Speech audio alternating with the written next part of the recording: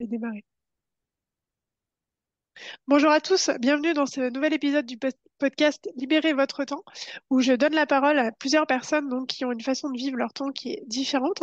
Aujourd'hui, j'ai choisi d'interviewer Caroline Jurado, qui est la voix et la personne derrière les cryptos de Caro, si vous connaissez.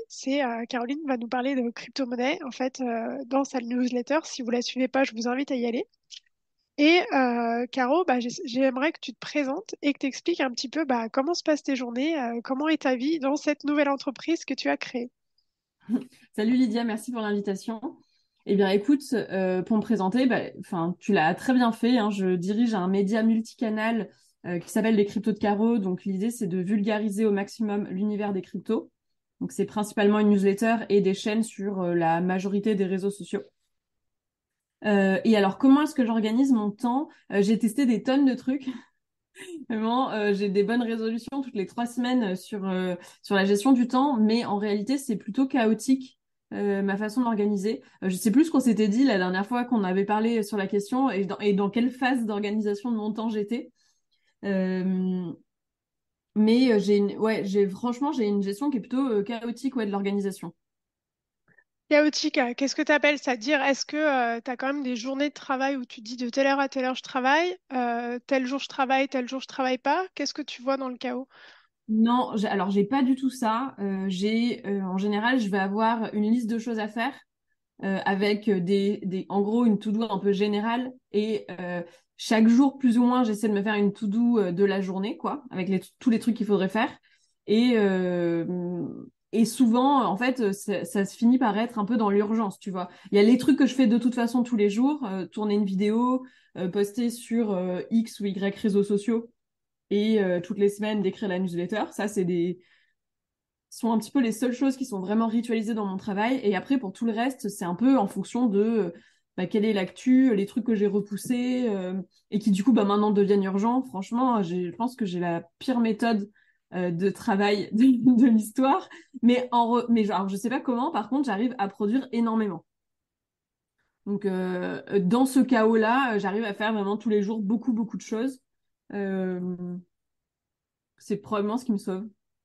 C'est probablement ce qui te sauve. C'est peut-être parce que déjà, d'une part, tu as une grande capacité de travail, tu as aussi peut-être beaucoup de temps de disponible dans ta journée.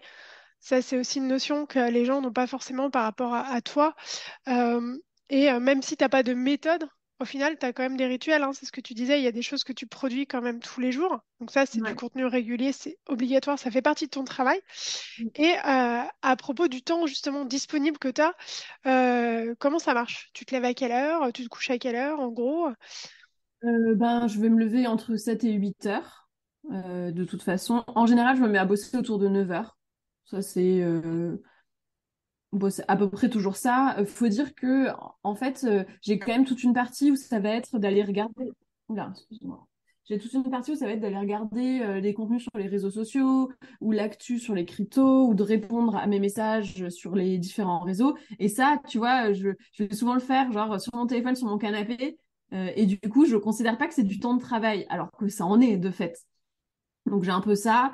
Quelle heure je me couche? Bah, souvent, je me couche autour de 23 heures. Euh, et franchement, je crois que mes journées, elles sont un peu d'une banalité affligeante, quoi. Si jamais, enfin, disons que pour le coup, il y a donc la semaine et le week-end, mais c'est pas tellement différent pour moi. J'essaye d'avoir au moins une journée dans la semaine où je bosse pas. En général, c'est le samedi. Euh, le dimanche, je me retrouve toujours à écrire la newsletter parce que j'ai besoin de beaucoup être au calme, donc que j'arrive pas à le faire si jamais j'ai fait des interactions sur les réseaux sociaux ou deux trois trucs, j'arrive pas vraiment à me concentrer dessus. Donc je me retrouve souvent à faire la newsletter le dimanche et je sais pas, hein, je crois que c'est tout. Ah, c'est pas J'ai mal souvent, déjà. j'ai souvent des événements. Je dois avoir, en général, j'ai une partie de la semaine où c'est des événements à l'extérieur, soit des conférences, soit des interviews, soit des trucs comme ça. Euh, voilà. Ouais, donc en gros, si je résume ta semaine, c'est quand même beaucoup, beaucoup d'interactions. Enfin voilà, il y a des conférences, des interviews. Tu as aussi pas mal de temps seul où tu lis du contenu au final pour pouvoir Ouais, ensuite, toi, produire ton propre contenu. ouais. Et donc finalement, tu vas passer quand même une partie de ta semaine un peu toute seule, quoi. Ouais, alors le lundi, j'ai à peu près tous mes meetings de la semaine. Mon meeting avec mon assistant pour voir quels sont les trucs, ben, organiser un peu la semaine. J'ai mon meeting avec la nana avec qui je bosse sur la partie brand. Donc, quels sont les contenus qu'on veut faire, etc. Comment on organise les trucs, comment on exploite les événements. J'ai un meeting avec mon agent sur quelles sont les marques qu'on a signées ou qu'on veut signer, etc. Donc ça me prend quand même quasiment tout mon lundi. Donc j'essaye de caler un maximum de mes rendez-vous dans cette journée-là où de toute façon j'ai des interactions tout le temps. Et après, ouais, je suis seule de toute façon quand je crée mon contenu, que ce soit vidéo ou écrit. Et après, interaction, ouais, sur les réseaux et voilà quoi. Ouais, donc quand même, enfin, on a quand même une journée bien bien calée. Enfin, tu disais, il y a pas trop, c'est un peu le chaos, mais au final, même si c'est le chaos, c'est Ouais, quand c'est même organisé, quoi. en fait, en parlant avec toi, tu as raison. Je me dis que finalement, c'est pas tellement le chaos, mais c'est surtout que en fait, je pense que c'est surtout que je fais pas trop la différence entre. Enfin, il y a des moments où j'ai l'impression que j'ai pas bossé de la journée, mais c'est parce que c'est du temps où, bah, je te disais, tu vois, j'ai lu beaucoup, j'ai produit une vidéo et du coup, j'ai pas considéré que c'était du travail parce que c'était sur mon téléphone. Enfin, il y a un peu ces trucs-là où je sens un petit peu une forme de chaos, quoi, finalement, mais plus parce que c'est très différent de mon premier job où j'allais au bureau, j'ouvrais mon ordinateur, je travaillais, puis je partais et j'y pensais plus, quoi. C'est plutôt sur ça. Oui, parce qu'en fait, du coup, il y a pas trop de limites, en fait, de frontières entre ta vie pro et ta vie perso, au final, dans ce Non, cadre-là. non. Et comment tu le vis, justement, ce fait qu'il y a une frontière qui soit floue? Bah, des fois, ça me saoule. Euh, des fois, ça me saoule parce que j'ai l'impression d'être jamais au repos ou de jamais, tu vois, un peu en sécurité ou quoi. Et puis, la plupart du temps, j'y pense pas tellement parce que ça me nourrit beaucoup aussi. En gros, en fait, quand ça va bien, bah, c'est trop cool. Mais dès que t'as une galère, ben, c'est chiant. Enfin, je pense que c'est un peu tout ou rien, quoi. La partie sympa est beaucoup plus sympa qu'avant. Par contre, quand c'est relou, ça vient impacter toute ma vie, quoi. Et c'est souvent relou quand même. J'ai souvent des galères. T'es souvent en galère. Ouais, enfin, je pense que c'est un peu le quotidien de pas mal d'entrepreneurs, tu vois, de solopreneurs, d'être un peu en galère. Et ce que tu Ouais, dis là, cette frontière qui est floue, moi, je l'entends souvent auprès de mes clients qui me disent, ouais, au final, je sais plus en fait quand est-ce que je bosse et quand est-ce que je bosse pas. ouais, Et quand je leur demande de mesurer leur temps de travail, ils sont incapables de le faire à cause de ça. ouais, Et d'un oui. et d'un autre côté, comme tu dis, tu ressens quand même une grande joie à faire ce travail quand tout va bien, d'accord? Et quand ça va mal, bah, le problème, c'est que ça peut impacter énormément de choses. Mm. Et est-ce qu'il y a des moments où justement tu arrives à faire des coupures totales? Alors, oui, j'y arrive, mais c'est sur des moments qui sont compliqués à obtenir. C'est-à-dire que moi, je suis vraiment capable on part en week-end, je pense pas du tout au travail, je prends pas mon téléphone, je me connecte pas une seule fois sur les réseaux, mais il faut que je parte ou que le temps soit assez long. Et en fait, dans ces cas-là, par exemple, ça va ultra me stresser. En fait, à partir du moment où je fais une vraie coupure, ça va devenir hyper stressant pour moi de retourner sur les réseaux sociaux, d'ouvrir ma boîte mail, de me remettre à travailler. Ça devient un truc qui est hyper angoissant. Donc, j'ai pas vraiment une bonne gestion ah ben j'y pense pas ce soir et puis demain je me connecte, j'ai pas de sujet. C'est vraiment un peu de tout ou rien, quoi. Ah, c'est marrant ce mode de fonctionnement tout ou rien. Et du coup, pourquoi tu dis que ça fait une angoisse pour toi quand tu reprends? Bah, je sais pas, quand vraiment, quand je coupe ce truc-là, enfin, je ferme une porte où bah, tout d'un coup, je suis plus du tout exposée, j'ai plus de risque d'échouer toutes les 3 secondes ou d'être jugée ou d'être machin. Enfin, je ferme ce truc-là. Et en fait, le réouvrir, c'est violent, quoi. Et je suis là, genre, ah non, pas ça, je veux pas avoir des notifications, je veux pas qu'on vienne dire que ce que je fais, c'est bien ou c'est mal. Enfin, c'est genre, ouais, dès que t'arrêtes, c'est difficile de reprendre, je trouve. Ouais, ça me rappelle un peu ce que les personnes salariées disent quand elles reviennent le lundi matin au boulot, tu vois. Ouais. Ça rappelle un peu ça, c'est ouais, bah non, je suis content le vendredi quand je termine ma semaine, mais Mm. je sais que lundi, il faut recommencer. Et des fois, il y a des personnes qui ont la boule au ventre la veille, ou même que ça leur pourrit toute leur période de repos, tu vois. Oui, oui, moi ça fait ça quand, enfin, c'est plus que ça me stresse plutôt que ça me brûle parce que je suis contente, mais je pense que j'ai une grosse part de stress que je sais pas bien gérer encore dans mon métier, qui fait que j'ai beaucoup de des trucs cool qui sont gâchés par ça. Et bon, vu que je prends pas souvent des pauses, ça m'arrive pas ultra souvent, mais je sais qu'à chaque fois que je prends une pause, je le ressens, quoi. Et quand tu dis tu prends pas souvent des pauses, c'est quoi à peu près ton rythme? Ben, du coup, je bosse tous les jours sauf le samedi en général, Ouais. tout le temps. Et je vais prendre des vacances, je sais pas, franchement, je saurais pas trop dire. J'ai pas tellement de. C'est J'ai quand pas la dernière tellement de. fois que... Ben, je suis partie quand même 5 jours à Marrakech avec des copains il y a un mois. Ouais, Donc c'était la dernière fois. c'est pas mal. Et, euh, et bah ouais, c'était trop cool. Enfin, après, c'est pas genre une fois tous les 2 ans, hein. Clairement, ça se compte en mois. Je prends des vacances tous les X mois, tu vois, je dirais. Je pense que là, mes prochaines vacances, par exemple, ça sera en janvier. Probablement que je prendrai une semaine ou 15 jours. C'est ce que j'aimerais bien, tu vois. Donc je m'en prends quand même assez régulièrement. Mais je me sens vite, en fait, je me sens vite épuisée parce que comme j'arrive pas à vraiment couper le week-end et à pas travailler du tout le week-end, j'ai pas l'impression d'arriver à me ressourcer. J'ai l'impression que c'est un peu, tu sais, une ligne continue qui s'arrête jamais le travail. Ouais, je vois ce que tu veux dire. C'est l'impression en fait d'être toujours sur la brèche et de te dire faut que je me repose. Je Ouais, sais qu'il faut que je me repose, mais en fait le temps il est pas suffisant. ouais, Et qu'est-ce qui t'empêche toi, parce que t'as pas de contrainte en fait de temps, parce que tu dis que tu prends qu'une journée le week-end. Déjà c'est court. Je veux dire les personnes ouais. qui sont salariées, elles ont déjà 2 jours. Tu vois, le week-end elles ont pas qu'une journée. Qu'est-ce qui t'empêche toi de prendre 2 journées? Je veux dire genre le vendredi et le samedi, tu vois. Ben, franchement, je sais pas trop pourquoi. Enfin, si, c'est parce que au fond de moi, je pense une angoisse que tous les entrepreneurs ou solopreneurs ont, c'est que j'ai l'impression que si je ralentis, tout va s'écrouler. C'est vraiment, bah, si je ralentis, tout va prendre du retard. Mais qu'est-ce qui va prendre du retard? C'est moi qui fixe mes objectifs, tu vois. C'est que moi, si j'ai moins de croissance de lecteurs toutes les semaines, bah, j'ai l'impression que je vais disparaître. Si jamais j'écris pas assez ou je sais, enfin, je sais pas trop, tu vois. C'est vraiment une impression, je pense, que si jamais je fais pas plus, ben c'est pas, ça va pas juste ralentir, ça va s'arrêter. Ouais, je vois ce que tu veux dire. C'est un peu l'angoisse. Bah, c'est un peu du tout ou rien, quoi. C'est Ouais. l'angoisse de la croissance, en fait. Il faut toujours que je sois dans une optique de faire plus, plus, plus. C'est vrai que ça, je l'entends souvent, mais enfin, le plus, il peut aussi te conduire jusqu'au burn-out, tu vois. Bah oui, bah en fait, de toute façon, ce qui se passe aussi, c'est que enfin, des fois, j'ai des trucs super violents que je dois vivre. Donc, des fois, j'ai des bad buzz. Des fois, bon, bah là, en ce moment, par exemple, mon compte LinkedIn est bloqué. Ça me prend toute mon énergie. En fait, j'ai passé quasiment toute la semaine à essayer de négocier pour qu'il me le débloque et à gérer l'énervement que ça me provoque, cette injustice, que ce truc-là soit bloqué. Et du coup, bah en fait, quand il se passe ça, il va y avoir peut-être 2 ou 3 jours où je vais absolument pas faire ma to-do et où je vais gérer cet imprévu-là et les émotions que ça me génère. Et donc ça, bah pour moi, c'est du temps, tu sais, c'est du temps perdu, quoi, que je suis obligée de rattraper quelque part. Ouais, donc du coup, il y a toujours cette course après le temps, parce que dès qu'il y a un truc qui va pas, en fait, dès qu'il y a un imprévu, et malheureusement, dans la vie Il y en a tout le d'entrepreneur, temps. c'est exactement ça. Ça n'existe pas, en fait, la vie sans imprévu.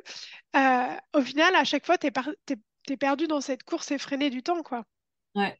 Mais c'est vrai que c'est pas con ce que tu dis, tu vois, de dire, genre, je pourrais totalement faire un week-end le vendredi et le samedi, tu vois, et faire ma newsletter le dimanche. Mais le truc, c'est que je me demande comment est-ce que je ferais pour faire tout ce qu'il faut que je fasse. En fait, je me demande si c'est possible de m'organiser en faisant ça. J'aimerais trop, tu vois. Et en même temps, je sais pas si ma volonté est supérieure à mes peurs. Enfin, est-ce que c'est vraiment ça, là, dans cette situation? Est-ce que ma volonté est supérieure à mes peurs, quoi? Ouais, tout à fait. Bah, il y a l'histoire de la volonté déjà. Oui, effectivement, il faut que tu tailles au-dessus de tes peurs et c'est pas forcément facile tout de suite de gérer sa peur parce que quand elle est présente, elle est présente. Et il y a aussi le fait, moi, des fois, j'entends les entrepreneurs me dire, ils culpabilisent en fait. Ils disent, ah ben non, mais je peux pas prendre une journée off. C'est pas possible, quoi. Tu vois? Est-ce que tu Et- serais pas dans cette logique de culpabilité, tu vois? ouais, bah si. Bah, de toute façon, quand j'arrive pas à bosser pour un truc, je culpabilise vachement, hein. Vraiment, vraiment, je culpabilise. Mais après, c'est marrant ce que tu dis parce que ça me rappelle quelque chose. Quand j'avais créé ma première boîte, j'avais 10 salariés. Et du coup, je me sentais vraiment moi-même comme une salariée parce que j'avais des actionnaires, j'avais des clients, j'avais tout ça. Et donc, je devais donner l'exemple. Et donc, je travaillais vraiment tout le temps, tout le temps, tout le temps. Et je m'étais dit, maintenant je veux de la liberté, je veux faire ce que je veux. Et si j'ai pas envie de bosser un jour, bah je veux pas être bloquée. Et du coup, c'est pour ça que je veux pas avoir de salarié. Enfin là, les gens avec qui je bosse, c'est des free. Enfin, on est en contrat sur certains trucs, mais il n'y a pas du tout de gestion de. Je dois pas les manager, quoi. Je dois pas leur montrer l'exemple. Enfin, on a une relation qui est tout à fait plate, quoi. Et enfin, je sais pas comment l'expliquer du coup, mais linéaire. Mm. Enfin, il n'y a pas de hiérarchie, quoi, disons. Euh, et, euh, et à la base, c'est pour pouvoir faire ce que je veux et ne pas travailler. Et qu'est-ce qui se passe? Eh ben, je travaille tout le temps. Et en plus, je me mets la pression. La pression, quoi. C'est fou, hein? Et tu vois, en fait, tu reproduis un petit peu ce que tu as vécu avant, parce que pour l'instant, tu es Ouais, encore dans un schéma où tu n'arrives pas à t'en libérer, tu vois. Et, ouais, c'est- totalement, t'as raison. et du coup, c'est aussi intéressant, tu vois, de te dire, ouais, mais en fait, j'ai créé ma boîte, parce qu'au final, c'est ta boîte, donc tu fais ce que tu veux. Oui, oui. Puis j'ai pas d'actionnaire. Enfin, tu vois, genre, enfin, genre vraiment, je fais absolument ce que je veux normalement dans cette boîte-là. Mes clients, c'est ma communauté. Mais qui, je pense, je pense pas qu'elle remarquerait ma communauté si il y avait un jour par semaine où je travaillais pas. Et mes clients, c'est du coup les marques avec qui je bosse. Et je pense pas qu'elle remarquerait non plus, tu vois. Je sais pas. En fait, je me dis, je suis déjà tellement sur la brèche pour absorber à la fois la charge de travail que je me mets et à la fois les imprévus qui arrivent, que 7 jours, c'est pas suffisant pour faire ça. Et c'est pour ça que je déborde toujours sur le week-end. Mais là, je me dis, mais comment je pourrais absorber ça en faisant, si je me prenais 2 jours de week-end, sur lesquels je déborde pas, tu vois, je sais pas. Je sais pas, faut essayer, en fait. Mm. Ouais, mais j'ai peur d'essayer et que ça tue ma boîte. Les gens qui vont nous écouter vont dire, putain, elle est barjo, la meuf. Non, non, c'est marrant ce que tu dis, parce que c'est un truc que j'entends tout le temps, moi. Tous les gens me disent, ah, mais je peux pas ralentir, parce qu'en fait, si je ralentis, bah, tout va s'écrouler, et ils ont l'impression que c'est un peu un château de cartes, tu vois, et qu'il faut que chaque semaine, ils rajoutent deux petites cartes, et qu'ils construisent. Et en fait, moi, ce que je leur dis, c'est, OK, peut-être aujourd'hui, vous avez l'impression que c'est un château de cartes, mais en fait, sous tout ça, il y a quand même une base solide. Et je pense que quand on a une base solide, ça peut pas s'écrouler du jour au lendemain comme ça. Mm, Parce qu'il y a quelque chose de construit. Après, c'est de savoir, moi, c'est à chaque fois quand je travaille avec des entrepreneurs qui sont un peu dans ton profil, au départ, on travaille justement sur la gestion du temps et j'essaie de leur libérer du temps parce qu'ils me disent, moi, ce que je veux, c'est avoir une journée de plus pour faire ce que je veux. Parce que c'est le mm, but de monter sa boîte, c'est d'avoir un peu plus de liberté. Et en fait, quand je leur libère cette journée, bah, je me rends compte qu'ils vont la remplir avec autre chose, tu vois. Ils vont se créer leur propre truc et se dire, ah bah non, super, maintenant j'ai du temps, je vais faire ça en plus. mm. Et je leur dis, mais c'était pas le deal en fait. Je dis, moi, je te libère pas du temps pour que tu fasses encore plus de projets. Je te libère du temps pour que tu t'amuses, tu Ouais. profites, tu te reposes. Et ils me disent, ah ouais, c'est vrai, mais en fait, j'arrive pas. Mm, Tu vois? ouais. Oui, je vois très bien. Mais, mais cela dit, tu vois, cet été, j'ai pas bossé pendant un mois entier. Parce que bah, je m'étais pas arrêtée depuis plus d'un an, que j'en pouvais plus, etc. Et franchement, mais c'était trop bien, quoi. J'étais là, je faisais de la peinture chez moi, de la déco, je faisais ma vie. J'ai pas du tout vu le temps passer. Enfin, c'était pas genre, ah, il me faut plein de projets pour remplir ce mois, tu vois. C'était, mais d'une douceur absolue. Et je sais Ouais. pas du tout cumuler ça avec le boulot. Ah ouais, donc c'est vraiment le mode tout ou rien, quoi. C'est soit je bosse, Ouais, soit j'arrête de bosser. ouais. Bah, si tu sais pas cumuler ça avec le boulot, moi, je te dirais de faire du tout ou rien. C'est-à-dire, peut-être trouver un rythme du genre, je bosse à fond pendant un mois, après, je prends une semaine de break et je recommence, tu vois. Hmm. C'est pas con, ça, hein. C'est plus ou moins ce que je fais. Parce que tu vois, je me cale pas mal sur mes potes ou des trucs comme ça pour les vacances. Comme ça me permet d'être sûre d'avoir quand même des moments où je pars, mais c'est pas con, hein. Ouais, bah moi c'est ce que je propose. En fait, on a chacun un rythme qui nous est propre, tu vois. Et le truc, c'est d'arriver à comprendre bah, comment toi tu fonctionnes et surtout comment c'est confortable, tu Hmm. vois. Parce qu'il y a des gens pour qui moi si je leur dis en fait votre journée, vous n'allez pas travailler 12 heures aujourd'hui, ah mais ils pleurent quoi. C'est inconfortable pour eux. Ils n'arrivent même pas à concevoir que par exemple moi je travaille que 6 heures dans une journée. Mais tu sais, moi, par contre, enfin, en fait, bon, je sais pas vraiment calculer le temps que je travaille, mais c'est évident que je bosse pas pendant 12 heures, hein. Franchement, à mon avis, si je bosse 8 heures, c'est le bout du bout, hein. C'est déjà pas mal 8 heures. mais je sais pas. En fait, j'ai du mal à savoir. Vraiment, je sais pas trop calculer qu'est-ce qui rentre dans le boulot, qu'est-ce qui rentre pas. Quand je fais tu vois, quand je fais des soirées avec mes copines entrepreneurs, on passe la soirée à faire des plans pour aider les unes et les autres. Bon ben, c'est pas du boulot, mais c'est du boulot quand même. Bah là, C'est quand même, c'est la moitié-moitié, quoi. Tu peux compter moitié amusement, moitié boulot, tu vois. c'est clair.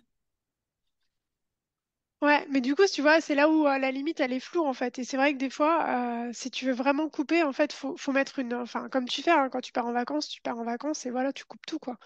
Ouais, Sinon, c'est trop compliqué, en fait, à gérer. Enfin, parce qu'au final, c'est pas... Enfin, ta gestion, elle est pas si chaotique. Et je pense qu'elle est proche de pas mal d'entrepreneurs que moi, je croise bah, en soirée d'entrepreneuriat, justement, qui me disent, mais je bosse pas, en fait. J'ai l'impression de pas bosser parce que je m'amuse toute la journée. Alors qu'en fait, ils travaillent, tu vois.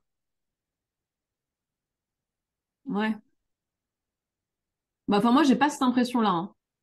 Genre, je connais des gens qui ont l'impression qu'ils bossent pas du tout quand ils bossent. Moi, j'ai l'impression de bosser quand je bosse, hein. Enfin, tu vois, enfin, à part sur les trucs un peu marrants, genre cet après-midi, j'ai un shooting photo. Bon, ben, c'est sûr, je vais pas avoir l'impression de bosser. Je vais avoir l'impression de faire une activité artistique, tu vois. Mais sinon, j'ai quand même souvent l'impression que je bosse, hein.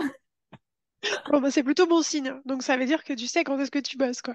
Je sais pas en fait à quel point c'est bon signe parce que les gens qui savent pas qu'ils bossent, bah, c'est parce qu'ils sont en train de profiter. Moi, si je sais parce que je bosse, en général, c'est parce que j'ai cette petite angoisse dans le ventre qui me dit, bah sur ça, tu peux échouer ou tu peux réussir. Et tu seras, en tous les cas, tu seras jugé sur ce que tu fais. Tu vois, c'est ce truc-là qui Ah fait ouais, du coup. ouais, c'est vraiment l'angoisse de se dire, de toute façon, je vais faire un truc et je vais être jugée, quoi. Ouais. Oui, oui. Ouais, donc c'est plus le jugement des autres, en fait, qui va t'affecter plus que le travail en lui-même, quoi.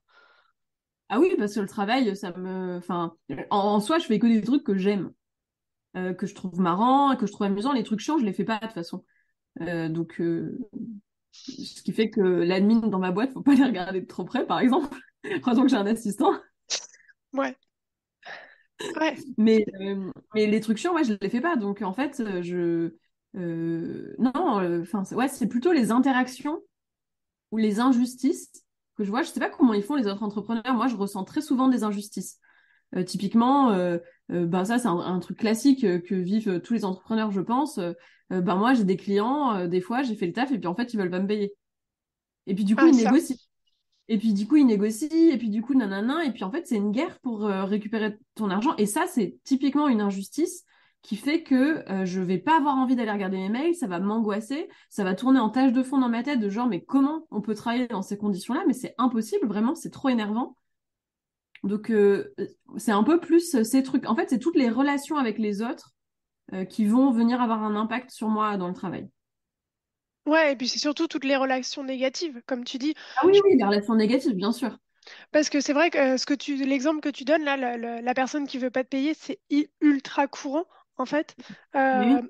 Même si on n'en parle pas beaucoup, je veux dire en tant qu'entrepreneur, on est tous un jour ou l'autre confrontés à cette situation et on essaye toujours de la gérer au mieux qu'on peut quoi. Il y en a qui font tout payer en avance. Enfin moi je sais que je connais des entrepreneurs ils disent bah non mais moi tant que j'ai pas reçu le virement je bosse pas. Bah ouais, Euh, c'est bien. Bah, c'est la méthode de Thibault Louis. Pour le coup, sur mon business à moi, jamais personne a accepté de payer en avance, clairement. Et après, mais j'ai des discussions qui sont lunaires sur ah mais en fait, j'avais pas compris. Bah attends, t'as signé un truc, t'avais compris qu'il fallait payer. Tu vois, genre, c'est mon business. Et donc ouais, ça c'est des trucs qui sont durs à gérer, je trouve. et t'as pas essayé la méthode de Thibaut en disant payez-moi en avance et puis on verra après quoi. Bah, tu sais, je bosse avec plutôt des grosses boîtes maintenant. Mhm. Ben, après, c'est aussi pour ça que maintenant, enfin, ça fait pas très longtemps, mais que je bosse avec mon agent. Parce que c'est lui qui, maintenant, est censé gérer tous ces genres de trucs. Normalement, j'ai plus d'interaction directe avec les clients et sur le paiement, j'ai plus ce genre de sujet, normalement. D'accord. Donc du coup, ça, c'était quand même une interaction, enfin un truc pénible, c'est ce que tu disais. Donc ça, tu as réussi à t'en débarrasser en fait aussi. Ouais, bah, là, je t'en parle parce que j'ai encore deux clients, en fait, qui me restent, qui n'étaient pas passés via lui, qui étaient là avant qu'il arrive, que du coup, je gère en direct et que les deux vont chier pour me payer. Donc, j'ai la haine. Mais oui, ça, c'est normalement, c'est censé être un problème qui va disparaître. C'est vrai qu'au fur et à mesure des moments où je vois des irritants, j'essaie de les gérer, quoi, de faire en sorte que ça vienne plus m'impacter, mais il y en a toujours des nouveaux. Comment ils font les autres? Moi, j'ai l'impression que mais il y a toujours des galères, quoi. Je pense que, alors honnêtement, je pense qu'il y a toujours des galères, mais c'est jamais les mêmes. Tu vois ce que je veux Ouais, dire? c'est ça. Ah ouais. Et c'est plus tu vas rajouter de projets, plus tu vas rajouter de couches, on va dire ça comme ça, plus tu vas rajouter de friction et plus tu peux avoir des galères, comme tu dis. Et puis ça dépend vachement de ton modèle économique. Enfin, Mm. voilà, et des gens avec qui tu travailles. Mais c'est vrai que tu vois, déjà d'avoir réussi à te débarrasser en gros de ça avec un agent, je pense que c'est une super idée. Et à mon avis, il y a peu d'entrepreneurs qui le font, tu vois. Ils vont préférer rester encore, bah, je sais pas, soit par fierté, soit par coût aussi, parce que l'agent a un certain coût, se dire, Ouais. bah non, en fait, je gère tout seul, alors que ça va leur entraîner un stress supplémentaire. Et moi, ce que je leur dis, c'est que des fois, il vaut mieux se libérer du stress que ça engendre cette tâche-là et la filer à quelqu'un d'autre, plutôt que de le faire toi-même. Et tu sais que déjà, ça va te prendre beaucoup d'énergie. Mm. Ensuite, ça va prendre beaucoup de temps. Et au final, bah, ça peut ruiner toute ta semaine, quoi. Enfin, Ah bah oui, oui, c'est clair. Totalement. ouais, donc c'est bien. Donc toi, t'as pas mal. Ouais, bah, t'es pas mal en gestion du temps si tu fais que ce que t'aimes maintenant. C'est cool. Enfin, oui, je commence, tu vois, en fait, mon but, ça serait de pouvoir me concentrer que sur le contenu et être beaucoup moins impacté par tout le reste. Mais c'est vrai que, bah, alors là aussi, tu me prends un moment où cette semaine, j'ai eu la galère avec LinkedIn. Donc forcément, bah, ça, c'est un truc, c'est encore moi qui dois le gérer, ce truc-là. C'est pas, il n'y a pas quelqu'un d'autre qui peut le gérer pour moi, qui ferait que j'ai pas ce problème, tu vois. Mais, euh, mais ouais, il y a toujours un truc. Pour l'instant, ça se trouve, à terme, ton argent pourra gérer ça aussi, tu vois, les réseaux sociaux Ouais, et tout. ouais, ouais, c'est vrai. Ou un community manager ou n'importe qui pourra aussi gérer ça. Parce que là, les cryptos de Caro, ça fait combien de temps que ça existe à peu près? Bah, ça fait depuis janvier que que c'est mon business. En gros, 2000. j'ai créé ouais, de cette année-là, 2022. J'ai créé la newsletter en avril, je crois, mars ou avril, je sais plus, avril, de l'année dernière. Mhm. Donc ça fait, je vois, un an et demi, Ouais, à peu déjà, près. ouais. Ouais. Et ça fait un an que je suis à temps plein sur les cryptos de Caro et que c'est un business, enfin, que c'est ça qui me fait gagner de l'argent, quoi. Ouais, et du coup, tu disais que est-ce que ton modèle il va évoluer dans le temps? Qu'est-ce que tu vois, toi, pour justement te libérer du temps et rester focus juste sur la création de contenu et plus avoir à te soucier de toutes les galères, comme tu dis, qui peuvent arriver, quoi. Ben déjà, j'essaye de me libérer beaucoup plus des réseaux sociaux parce que je suis très dépendante. Enfin, moi, je suis très dépendante des réseaux sociaux. Comme je voulais pas être aussi dépendante, je suis présente sur tous les réseaux. Ce qui fait que quand il y en a un qui bloque ou ça marche plus ou etc. Bah, j'ai toujours les autres qui me permettent de compenser. Mais en fait, mon but à moi, c'est d'être libre de cette emprise-là. Et donc là, je suis en train de bosser sur un site internet pour pouvoir avoir ben, en fait des gens qui font des recherches sur Google, qui puissent aller voir mon site et avoir vraiment une acquisition par ce biais-là. Et après, ben, franchement, j'ai pas tellement de plans, moi, hein. Pour le coup, cette boîte, c'est bien la seule boîte où je suis un petit peu ben, les signaux faibles que je détecte. Enfin, je suis je suis guidée par plusieurs choses. C'est résoudre les problèmes que j'ai qui me font chier dans le quotidien et détecter les signaux de croissance que je vois ou que j'imagine ou que, enfin voilà, pour faire avancer mon business. Mais j'ai pas de plan à 5 ans, je veux être ci ou je veux être ça, quoi. Ouais. Ouais, mais bon, c'est déjà pas mal, tu vois. Même si t'as pas de plan, en fait, t'as quand même une idée de ce que tu veux donner et tu suis vachement ce qui se passe, en fait, au jour le jour pour voir où t'as un potentiel de croissance. Euh, et du coup, si tu pouvais avoir, je sais pas, la journée ou la semaine idéale que tu voulais avec les cryptos de carreau, en imaginant que tout soit parfait, que tu aies le minimum d'imprévus à gérer, que tu aies une croissance qui soit continue, en gros, qu'est-ce que tu verrais pour toi? Ah, c'est un exercice qui est vachement compliqué là, hein. Mais c'est une super idée d'exercice. Si tout se passait vraiment bien, qu'est-ce que je pourrais avoir? Ben, alors déjà, si tout se passait bien, c'est-à-dire que j'aurais pas du tout le stress de ce que je produis, du contenu que je produis, etc. On est d'accord? Ouais, Et ben, du coup, je pense que je prendrais le temps le matin de me prendre genre 2 cafés, tu vois, genre vraiment. vraiment le temps en lisant l'actu crypto, c'est un truc que j'aime bien faire, et en produisant les deux, trois contenus vidéo de la journée. Et ensuite, franchement, je crois que j'aurai le minimum d'interaction avec l'extérieur parce que c'est un truc qui me fatigue pas mal.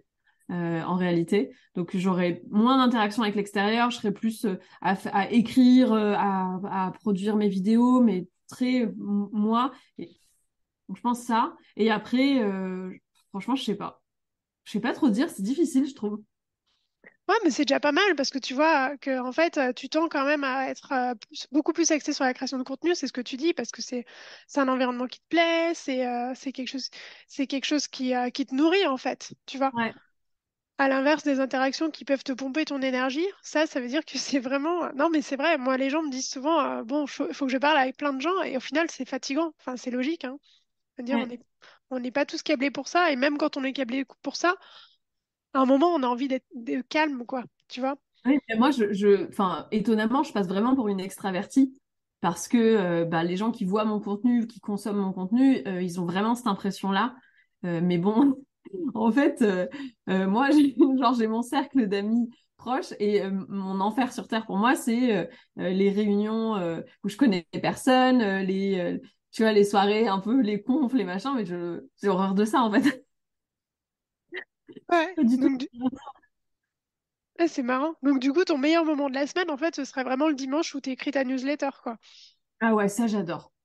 C'est genre, c'est une journée qui est gratuite, hors du temps. Je vais faire du sport, je vais faire à manger, je me balade, machin. Et j'ai l'impression que je le fais pour moi, la newsletter, parce que je m'en rends même pas compte que je vais l'envoyer à des dizaines de milliers de personnes. Je choisis toujours un sujet qui m'intéresse, sur lequel je peux faire des recherches et écrire un truc que je trouve fun. Et donc ça, c'est pas du... Enfin, c'est genre peut-être le seul moment de ma semaine où il y a zéro stress et c'est que du bonheur, quoi. Non, mais c'est super. Bah, écoute, il n'y a plus qu'à faire en sorte que ta semaine entière se déroule comme ton dimanche, parce que ça a l'air d'être la journée idéale, quoi. En gros. J'avoue, j'adore. Alors, en fait, c'est vraiment cool d'avoir un seul truc à faire dans sa journée. C'est tellement mais reposant. Moi, j'ai l'impression d'avoir 10 newsletters à écrire par jour, tu vois, le reste des journées de la semaine, quoi. Tellement il y a des projets différents et longs et compliqués, etc. Mm. Ouais, c'est marrant. Alors qu'on se rend, enfin, vue de l'extérieur, c'est pas ce qu'on voit, tu vois. On voit que tout va bien, quoi. Oui, oui, ouais, ouais. Et que c'est fluide, et que c'est simple, et que c'est magique, quoi. Ouais, mais non. Non, il y a du travail derrière la magie. Pour les gens qui nous écoutent, il y a du travail derrière la magie. Donc voilà, Ouais. Caroline, elle bosse beaucoup, donc ça c'est cool. Et, euh, et pour conclure, Caroline, qu'est-ce que tu dirais? Où est-ce qu'on peut te retrouver? Dis-nous tout. Bah écoute, a priori, le plus safe, c'est de me retrouver sur Instagram. Donc, soit les cryptos de Caro, soit Caroline Jurado, je pense qu'on me trouve dans tous les cas. Et la newsletter, c'est lescryptosdecaro.com. Donc, n'hésitez pas si les cryptos, ça vous intéresse, quoi. Ouais. Et puis pour ceux qui l'ont pas lu, moi je peux vous dire que c'est facile à comprendre et c'est ça que j'adore. Donc voilà. Bah merci Caroline pour ton temps pour aujourd'hui. On a passé un bon moment Ouais, ensemble. merci à toi. Merci, merci. À bientôt.